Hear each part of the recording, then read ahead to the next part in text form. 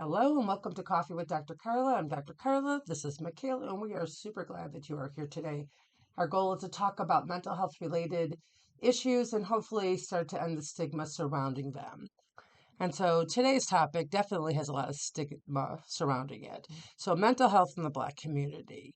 Um, why do you think there's so much stigma? What do you, from your perspective, what do you see happening? A lot of negative connotation and this idea of kind of being crazy and the overall connotation of that. Okay. And what do you, and then I guess I wonder, you know, beyond that, because some of those stigmas are, ones that go across all cultures, right? Universal. But what do you think might be more specific? Like, why do you think the Black community specifically, hmm you know, is holding on to or perceiving mental health in that erroneous way? hmm because it's not normal to seek help. It's not normal to need help and to seek professional help. It's typically swept under the rug, or it's a part of the religion aspect where we go and pray it away or go to church or things of that nature. So I think that is where it kind of ties into the specific culture versus it being universal. And then, I mean, let's be honest, um, there's a pretty significant history where, you put it nicely. Well, there's a bunch of really jerky people out there, deciding that they were going to do all sorts of crazy experiments Mhm. on Black people, and so I, I mean, I don't know if Mhm. that was my background, that my race, my culture.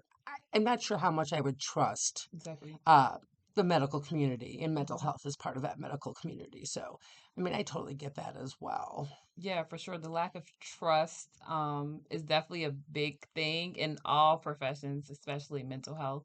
Because how do we know they're not going to be judged? How do they know this not going to count against them in the future? And how do they know it's going to be kept confidential and things of all of that nature? So I definitely believe trust is a bigger issue as well. Okay, and so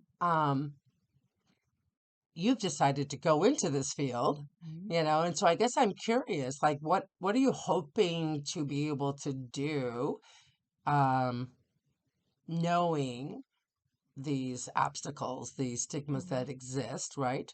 Um, what are you hoping to be able to do to kind of help alleviate some of that or help people access the help that they might need? Mhm. Well, one thing that does come to mind is creating a safe space. So with creating a space, I feel like over time being my authentic self and creating this space where people feel welcome to come in and discuss and talk about mental health is the first thing. I know it doesn't have to be personal off bat, but just understanding how mental health works, understanding how it can affect you if you're not tending to it in self-care or ignoring it or putting it under the rug. So things of that nature, and I do want to start in like the teenage area because I feel like a lot of the Chicago youth teens struggle with mental health, and this is where it kind of not necessarily starts. Mental health starts obviously earlier than that, but it's gaining more of an understanding in that age group, so that way as they're growing older they can potentially put that information to others and kind of navigate through that. Kind of squash some of that, Yeah. some of those myths, and hmm help them understand that, you know, you're not crazy if you ask exactly. somebody to help you. hmm and Okay, it's okay to be open and vulnerable with your emotions because I feel like that is another thing where the vulnerability of it makes you not want to trust people as well. sure. I mean, I know it's scary, like just even for me personally. So I Mhm, could just imagine, if everybody in your family's like, oh, you really shouldn't do that, mhm, or you mentioned religion. If your faith family's like, oh, you must not be praying hard enough, or mhm. whatever, right? I could see the hesitancy for sure. Exactly. Especially navigating it with your family. I feel like religion is a obviously a bigger aspect within your family, and that's your family dynamic and how you've grown up. How do you kind of break away from that when that is all you've known over time? Right, right. Um, when you think about like all the different dynamics that play out in the Black community in regards to mental health. Um, what might you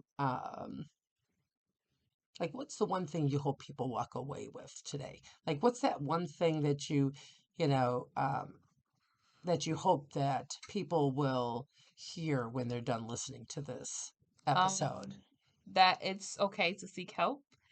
Even if the help comes from someone who doesn't look like me, I know sometimes that's comfort in someone who looks like yourself when it comes to therapy and mental health and just having the conversation about it. But it's okay to be open about it, and finding what works for you specifically and not others or what you believe it should look like.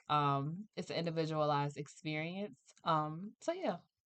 Yeah, I think that's really important because, um, there's so many therapists out there that are good, but they're not Hmm. necessarily a good fit for you, Hmm. right? So, like, I feel like I do a good job, as a therapist, Hmm. but my style, my way of doing things is not for everybody, Exactly. right?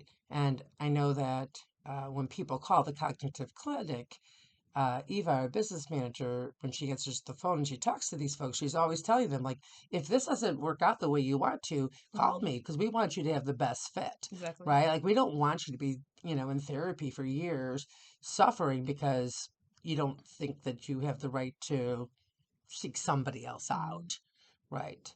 Um, and that's got to be pretty scary if you're really leery about even starting to the Hmm. journey, and then you come across somebody who maybe isn't a good fit, Hmm. and then you have to try again.